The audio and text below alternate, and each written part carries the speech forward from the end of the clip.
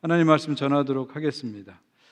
작년에 우리가 촌선교 프로젝트를 했습니다. 작년에는 9월 11일부터 10월 9일까지 우리가 한 달 동안 집중해서 선교 프로젝트를 했습니다. 그래서 믿음, 소망, 사랑, 은혜의 마을, 4개 마을의 모든 촌들이 17개 기관과 단체와 협력하면서 아름다운 사역을 해줬죠. 이 도표를 보시면 한 17개 다양한 단체들이 있어요. 위투게더, 굿뮤직 미니스트리, 조이 모자 선교회, 미랄 선교회, 또 이웃교회를 섬기고 청년터를 섬기고 한인 여성회, 한인 봉사회, 노숙자, CMCA, 치매협회, 다양한 단체들과 함께 이렇게 섬겼습니다. 그리고 한 2만 불 이상의 또 물질을 각 단체에 이렇게 전달하는 그런 사역을 하게 됐습니다. 올해는 교회 담장을 넘어 세상으로 하는 큰 주제를 가지고 또 올해에도 2023 촌선교 프로젝트가 시작됩니다. 우리 촌들이 매주일마다 교회 안에서 이렇게 모여서 촌 모임을 하는데, 여기서 나는 말씀을 가지고 실천하는 거죠. 교회 밖에, 교회 담장을 넘어서 특별히 멀리 가는 것이 아니라 특별히 우리 토론토 주변의 지역사회 선한 일들을 하는 분들과 함께 하나님의 선한 일들을 하는 것, 이것이 바로 2023년 촌 프로젝트의 큰 방향입니다. 일정은 보면은요, 지난주에 우리가 촌장 이 촌선교 프로젝트를 위해서 촌장 워크숍을 했고요. 또 이번 주일하고 다음 주일에 촌 모임을, 이 촌선교 프로젝트를 준비하는 촌 모임을 하게 되고요. 29일에 다시 한번 촌장 워크숍을 하면서 이 촌선교 프로젝트를 조정하고 확정하게 됩니다. 그리고 이제 4월 9일 부활절부터 한 달 동안 집중적으로 각 촌들이 다양하게 창의적으로 이제 지역사회에서 선한 일을 실천하게 되는 것이죠. 작년에는 하반기였는데 올해는 전반기에 하게 됩니다. 그 이유는 올해는 9월부터 촌이 이제 새롭게 개편되기 때문에 전반기 부활절을 중심으로 해서 올해는 촌선교 프로젝트가 진행되게 됩니다. 지난달에 올해부터 우리 지역 선교를 맡은 정상섭 전수사님께서 우리가 함께했던 기관과 단체들에게 설문을 보내가지고 그들의 반응을, 평가를 이렇게 들어본 적이 있습니다. 그걸 제가 이렇게 읽어보니까요, 대체적으로 많은 기관들이 아주 좋은 협력의 기회였다, 그렇게 말씀하시더라고요. 또 어떤 기관들은 필요한 때 물질적으로 참 도움이 됐다, 그렇게 말씀하신 분도 있고요. 어떤 분들은 교회가 지역사회 한인단체 기관들을 기억해주고 찾아왔다는 것 자체가 아주 큰 격려가 됐다. 지역사회에 있는 여러 한인단체와 교회가 함께 이 사역을 한다는 게 참 의미가 있었다, 그런 얘기를 하시더라고요. 또 그분들이 우리에게 또 요청하는 것은 뭐냐면 좀 지속적으로 계속되었으면 좋겠다, 그런 요청도 하셨고요. 물질적인 후원도 필요하지만 함께 참여하는 그런 사역도 더 많이 펼쳤으면 좋겠다, 그런 말씀을 하셨어요. 우리 작년에 첫 걸음을 잘 뗐는데요, 올해는 한 걸음 더 앞으로 나가는 촌선교 프로젝트가 되었으면 좋겠어요. 어떤 단체에 너무 집중하지 않고 이제 이번에는 골고루 많은 기관에 이런 일들이 일어났으면 좋겠습니다.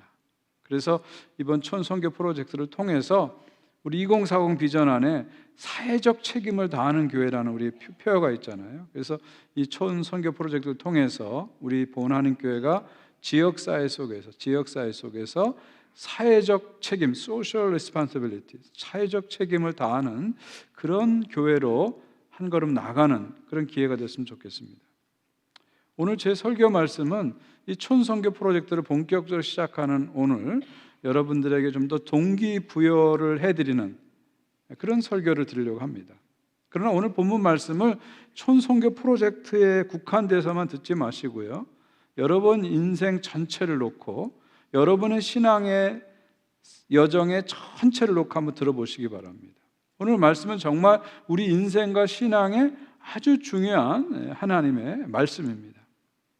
오늘 예수님께서 이렇게 말씀하시죠. 인자가 자기 영광으로 모든 천사와 함께 올 때 자기 영광의 보좌에 앉으리니 모든 민족을 그 앞에 모으고 각각 구분하길 목자가 양과 염소를 구분하는 것 같이 하여 양은 오른쪽에 염소는 왼편에 두리라. 여러분, 이 말씀을 그냥 밋밋하게 듣지 마시고요, 한번 상상을 해보세요. 상상을 해보세요. 최후의 심판의 나라에 예수님께서 이 땅에 오십니다.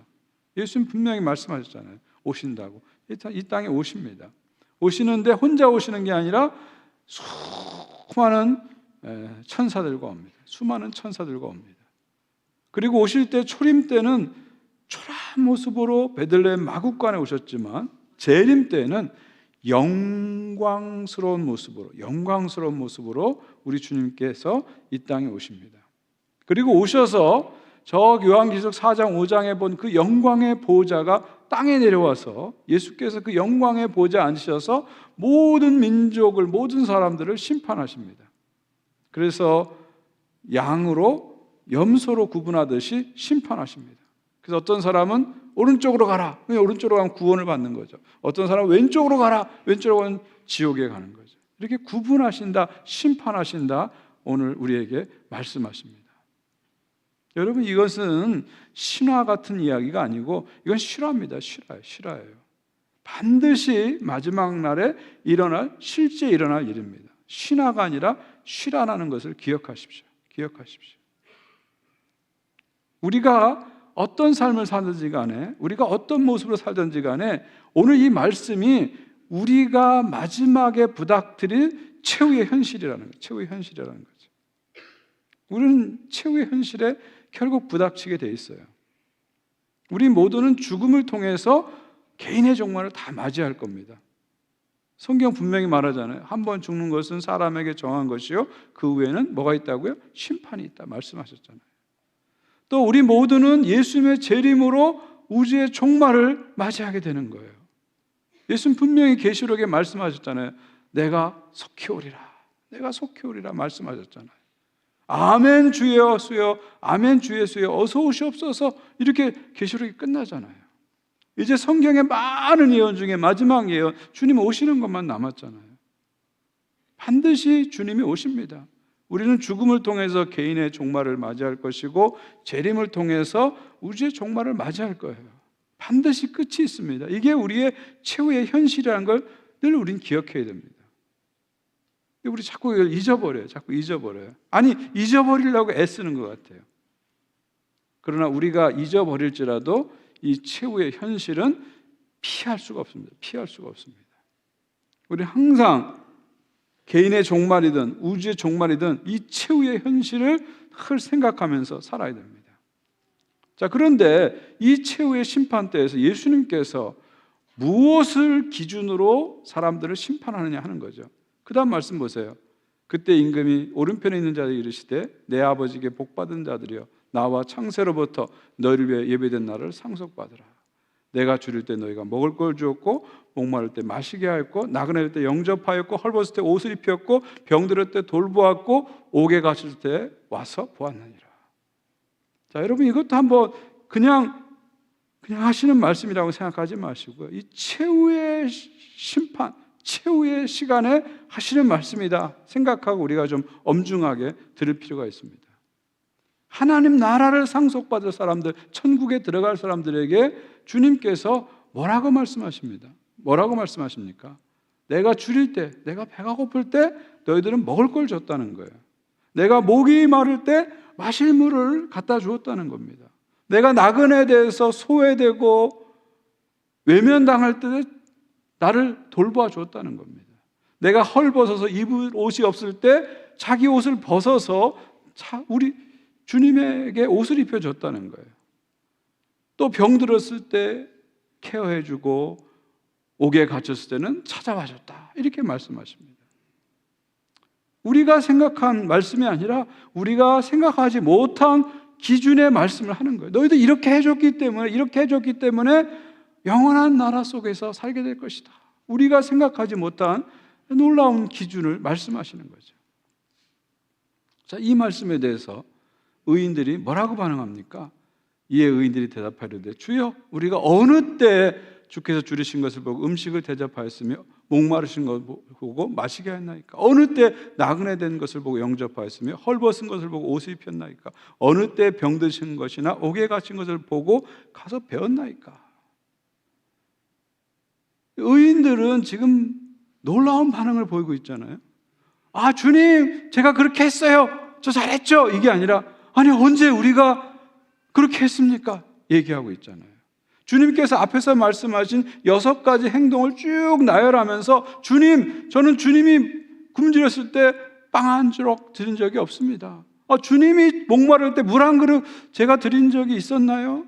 주님께서 헐벗을 때 옷 한 벌 제가 주님 앞에 갖다 준 적이 없는데요. 주님이 소외되고 아플 때 제가 찾아가서 돌본 적이 한 번도 없는데요. 그렇게 대답을 하고 있어요. 참 놀라운 반응, 뜻밖의 반응을 이들이 하는 거죠. 주님이 말씀하신 뜻밖의 말씀에 또 이들은 뜻밖의 반응을 보입니다.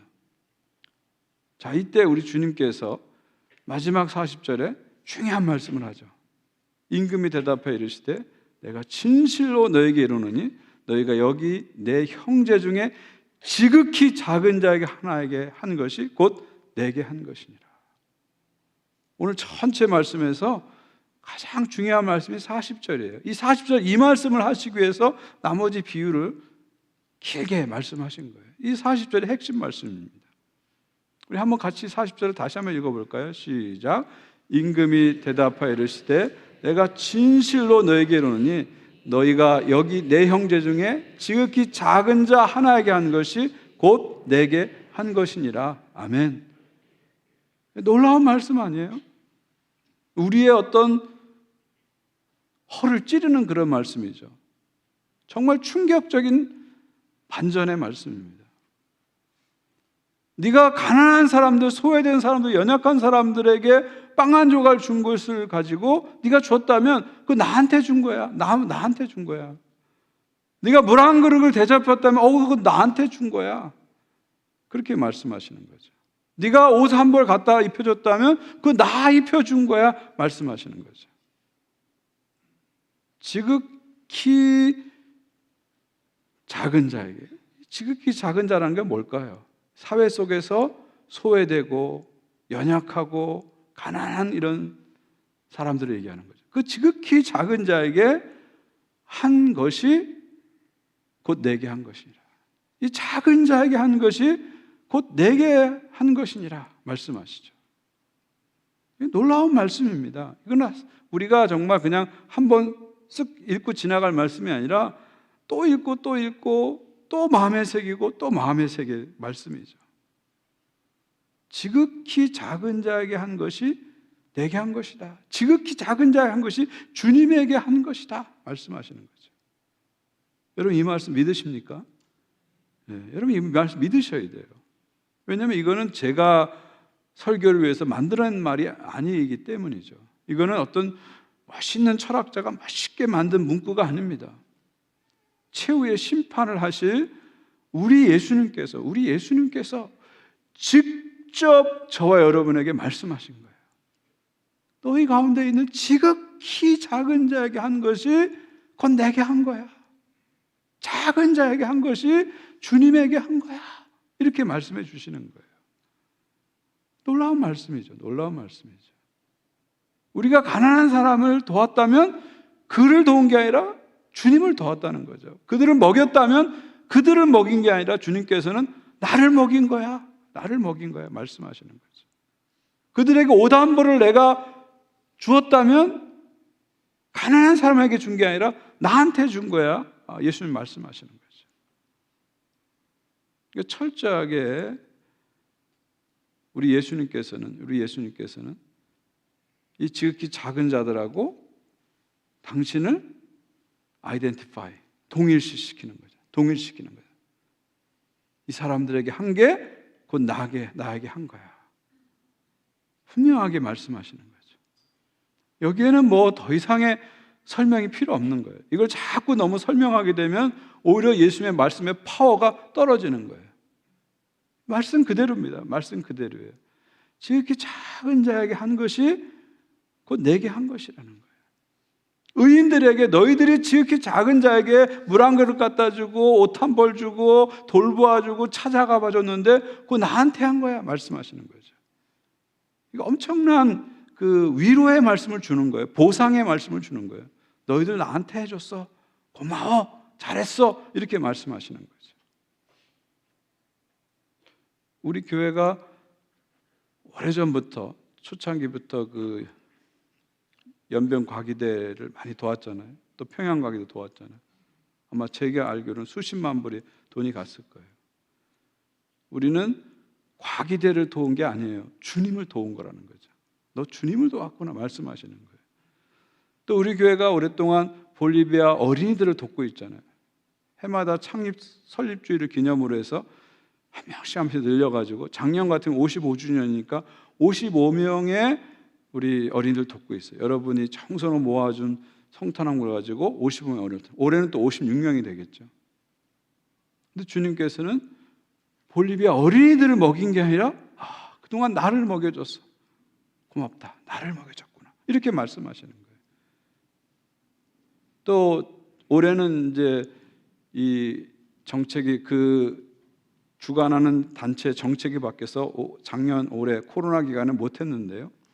오랫동안 또 우리 교회가 이제 그 홈리스들을 위한 쉘터 역할을 했잖아요. 그래서 겨울에 청소를 쫙 하고 이제 그분들이 와서 하룻밤을 따뜻하게 자고 갈 수 있도록 해줬잖아요.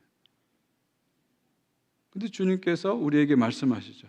너희들이 홈리스를 재워준 게 아니라 너희들은 나를 재워줬구나. 나를 재워줬구나. 겨울 때마다 나를 재워줬구나. 이렇게 말씀하시는 거예요.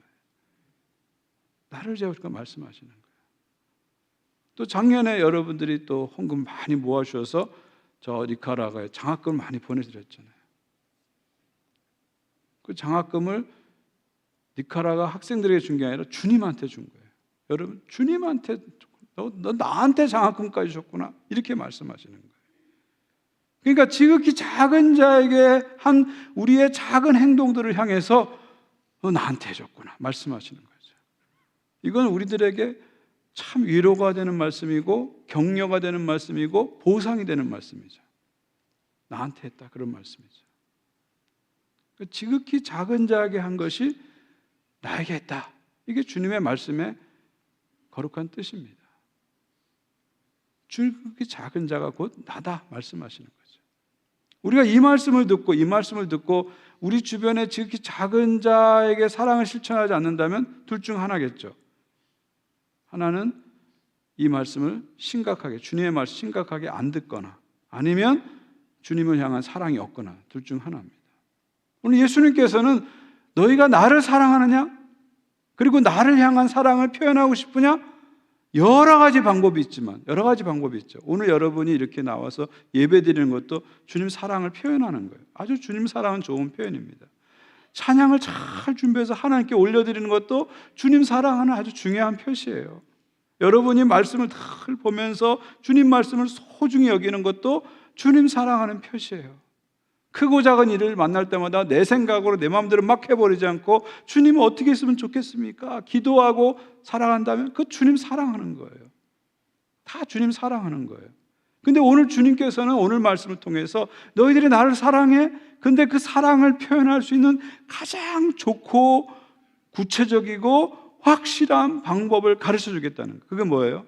너희 주변에 있는 가난한 사람들, 소외된 사람들, 연약한 사람들, 그런 이웃들을 사랑하라는 거예요. 그 사랑하는 것이 곧 나를 사랑하는 것이고 나를 향해서 너희들의 사랑을 표현해 주는 것이다 말씀하시는 거죠. 여러분 이 말씀만큼이나 우리들에게 선행을 격려하는 말씀이 어디 있을까요? 이 말씀만큼이나 우리들에게 동기부여를 해주는 말씀이 또 어디 있겠어요? 놀라운 말씀이죠. 놀라운 말씀이죠. 우리가 이번에 촌선교 프로젝트를 하는데 이 주님의 말씀을 늘 마음에 새기고 했으면 좋겠어요. 지극히 작은 자에게 한 것이 주님에게 하는 것이구나. 내가 어떤 단체를 돕는 것이 아니라 어떤 연약한 사람을 돕는 것이 아니라 이거 주님 섬기는구나. 주님 돕는 거구나. 주님 받으시는구나. 늘 이렇게 생각하게 되면 우리의 정성을 더 모을 거예요.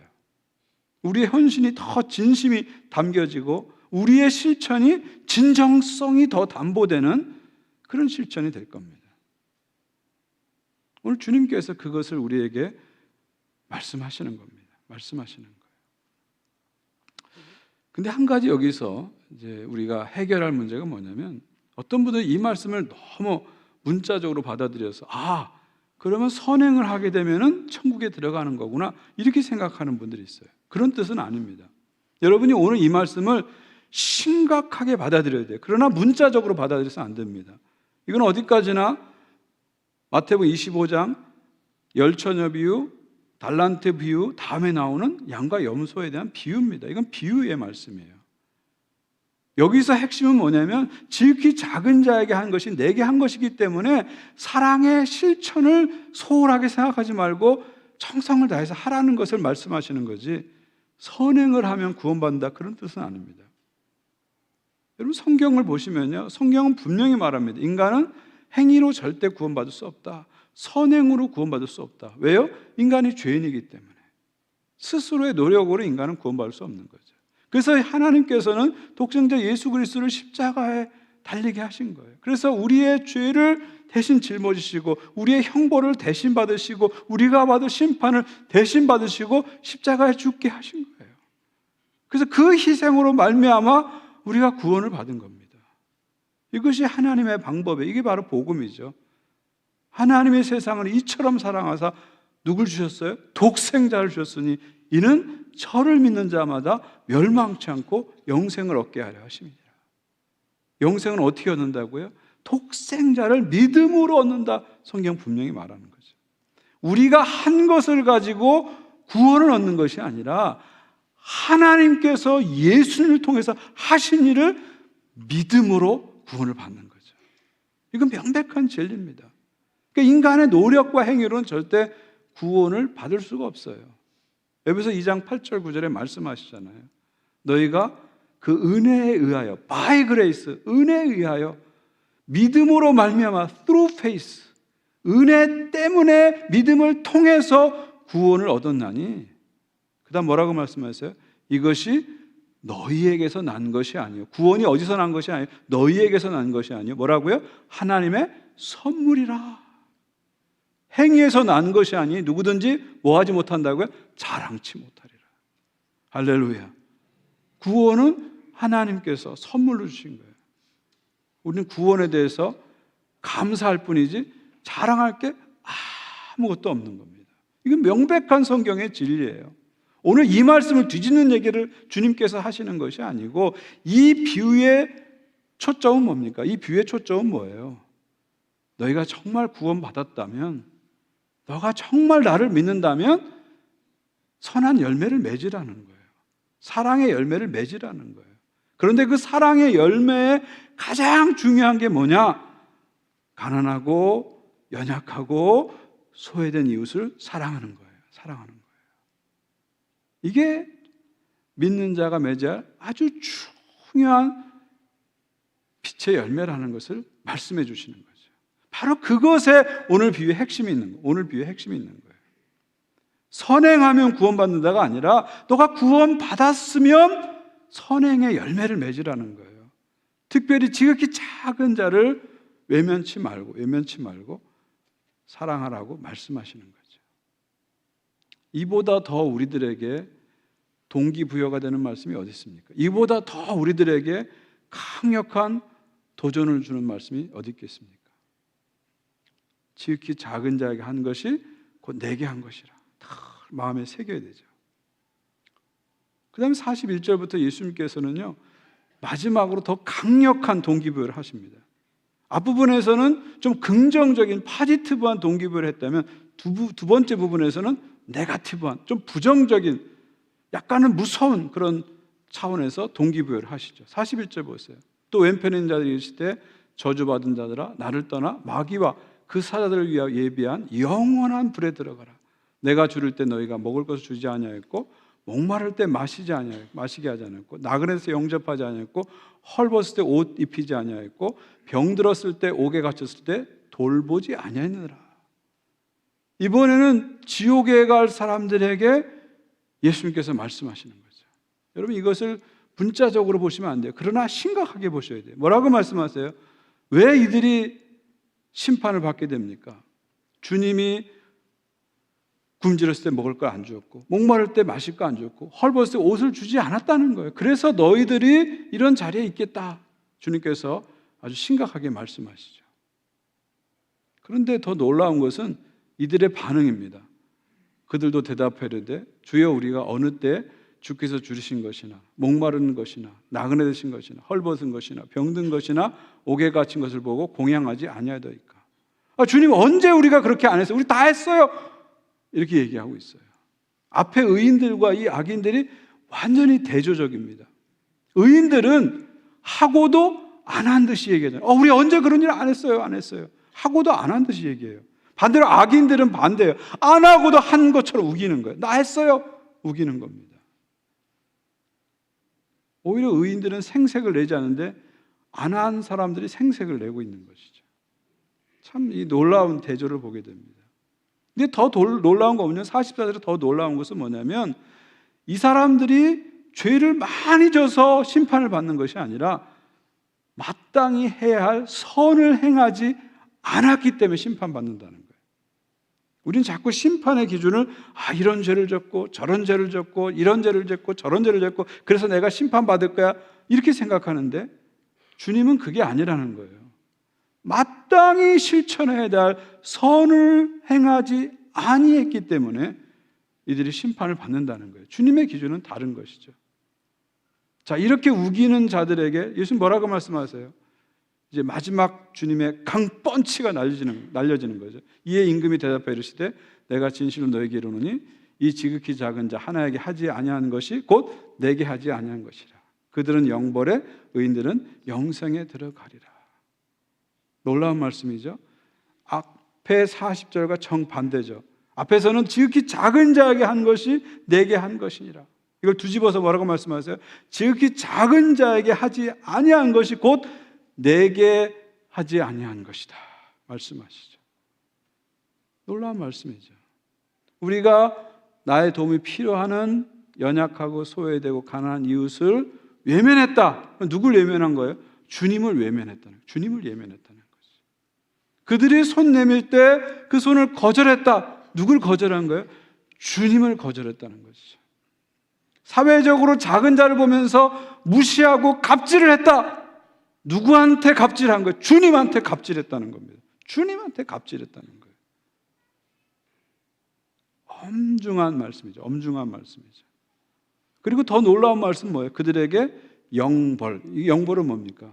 Eternal punishment. 영원한 형벌을 받게 된다는 거죠. 이게 무슨 말이에요? 더 이상 기회가 없다. 더 이상 기회가 없다. 그런 말이에요. 그때는 후회해도 후회할 수 없다는 거예요. 여러분, 후회해도 때가 있는 거예요. 지금 내가 후회할 수 있다는 건 아직 때가 있는 건데 언젠가 되면 후회하고 싶어도 후회할 수 없는 그때가 온다는 것이죠. 그때가 온다는 것이죠. 그러니까 우리가 우물쭈물하면서 자꾸 살면 안 된다는 겁니다. 지금 내 마음속에 내가 지금까지 너무 나만 생각하면서 이기적으로 살았어 이렇게 생각하면서 내일부터는 다르게 살아야지, 내년부터는 다르게 살아야지, 은퇴 후에는 다르게 살아야지 이러지 말라는 거예요. 후회도 때가 있기 때문에 지금 내 생각을 바꾸고 태도를 바꾸고 작은 것부터 실천해 보라는 거죠. 나한테 수많은 섬김의 기회를 주님이 주셨는데, 나한테 수많은 사랑의 기회를 주님이 주셨는데 내가 그걸 자꾸 외면하고 유보하고 거절하고 살았어. 그런 후회가 든다면요, 나 내년부터는 잘할 거야, 은퇴하면 잘할 거야, 시간에 여유가 있으면 잘할 거야, 그러지 말라는 거예요. 후회도 때가 있다는 거예요. 우물쭈물하지 말고 지금 내가 할 수 있는 것을 선택하고 그것을 하라는 겁니다. 그것을 하라는 것이죠. 이게 바로 주님의 말씀입니다. 주님의 아주 분명한 말씀입니다. 사랑하는 성도 여러분, 우리 예수님께서 하신 이 말씀을 우리는 기억해야 됩니다. 촌선교 프로젝트를 위해서도 기억해야 되지만 우리 평생의 삶, 우리 신앙의 전체 여정, 주님 앞에 가는 그날까지 기억해야 됩니다. 지극히 작은 자에게 한 것이 곧 내게 한 것이니라. 꼭 기억하세요. 지극히 작은 자에게 한 것이 꼭 내게 한 것이니라. 이 말씀을 항상 기억하십시오. 그래서 후회를 남기는 삶을 살지 마시고요, 사랑을 남기는 삶을 사시기 바랍니다. 우리가 주님을 사랑한다면 그 사랑을 표현하시라는 거예요. 우리가 인생을 끝냈을 때 다른 건 다 없어져도 주님을 사랑한 그 헌신은 남는다는 거예요. 그런데 그 주님을 사랑하는 헌신에 여러 가지 표현이 있지만 가장 확실하고 중요한 표현 중에 하나가 가난하고 소외되고 연약한 사람들을 사랑하라, 바로 이것입니다. 늘 기억하십시오. 한번 여러분에게 마지막으로 묻겠어요. 여러분 가운데 나는 한 번도 연약하고 가난하고 소외된 이웃을 도운 적이 없어요. 한 번도 난 그 사람들, 그런 분들을 도운 적이 없어요. 이런 분들 한번 손 들어보십시오. 그런 분 있어요? 손 들어보세요. 한 분도 없죠? 여러분 다 양입니다. 양이에요. 한번 여러분 생애 중에서 누군가를 도왔을 거예요. 가난한 사람도 도왔고 소외된 사람, 연약한 도왔어요. 그러니까 여러분은 주님 도운 거니까 양의 무리가 되는 거죠. 또 한번 묻겠어요. 여러분 가운데 나는 나에게 도움을 요청하는 가난하고 소외되고 연약한 이웃이 찾아왔을 때 나는 한 번도 외면하지 않았다. 한 번도 외면하지 않았다. 그런 분 손 들어보세요. 없죠? 여러분 다 염소예요. 염소. 주님이 말하면 여러분 다 염소입니다. 이게 무슨 말입니까? 우리는 양이기도 하고 또 염소이기도 하다는 거예요. 근데 우리가 양이 되었기 때문에, 염소가 되었기 때문에 구원받은 게 아니라 우리는 뭘로 구원받았어요? 십자가로 구원받은 거예요. 할렐루야. 네. 하나님이 우리를 십자가로 받으셔서 구원받은 겁니다. 그 사랑으로 구원받았기 때문에 이제 그 사랑을 받은 자들은 삶 속에서 사랑의 열매를 맺고 살아라. 오늘 말씀이 바로 그겁니다. 누가 양이냐 누가 염소냐 그게 중요한 게 아니고요, 오늘 말씀의 핵심은 나는 양 같은 존재고 염소 같은 존재고 구원받을 자격이 없지만 주님의 사랑으로 내가 구원받았습니다. 그래서 나는 그 사랑의 열매를 삶 속에서 맺어야 되겠다는 거죠. 주님 그 사랑의 열매를 맺으라는 겁니다. 그런데 그 열매의 가장 중요한 것이 지극히 작은 자를 사랑하는 것이라는 거죠. 오늘 이 말씀, 지극히 작은 자에게 한 것이 곧 나에게 한 것이다. 이 주님의 말씀을 늘 기억하면서 한 주간의 삶을 사시기 바라고요. 사순절의 시간을 사시기 바라고요. 여러분의 남은 인생 믿음의 여정을 사시기를 주님의 이름으로 축원드립니다. 하나님 감사합니다. 오늘 귀한 말씀 주시고 마음에 새길 말씀 주신 걸 감사합니다. 이 말씀을 새기고 한 주간을 살아갈 수 있도록 성령이여 우리를 도와 주시옵소서. 예수님의 이름으로 기도하옵나이다. 아멘.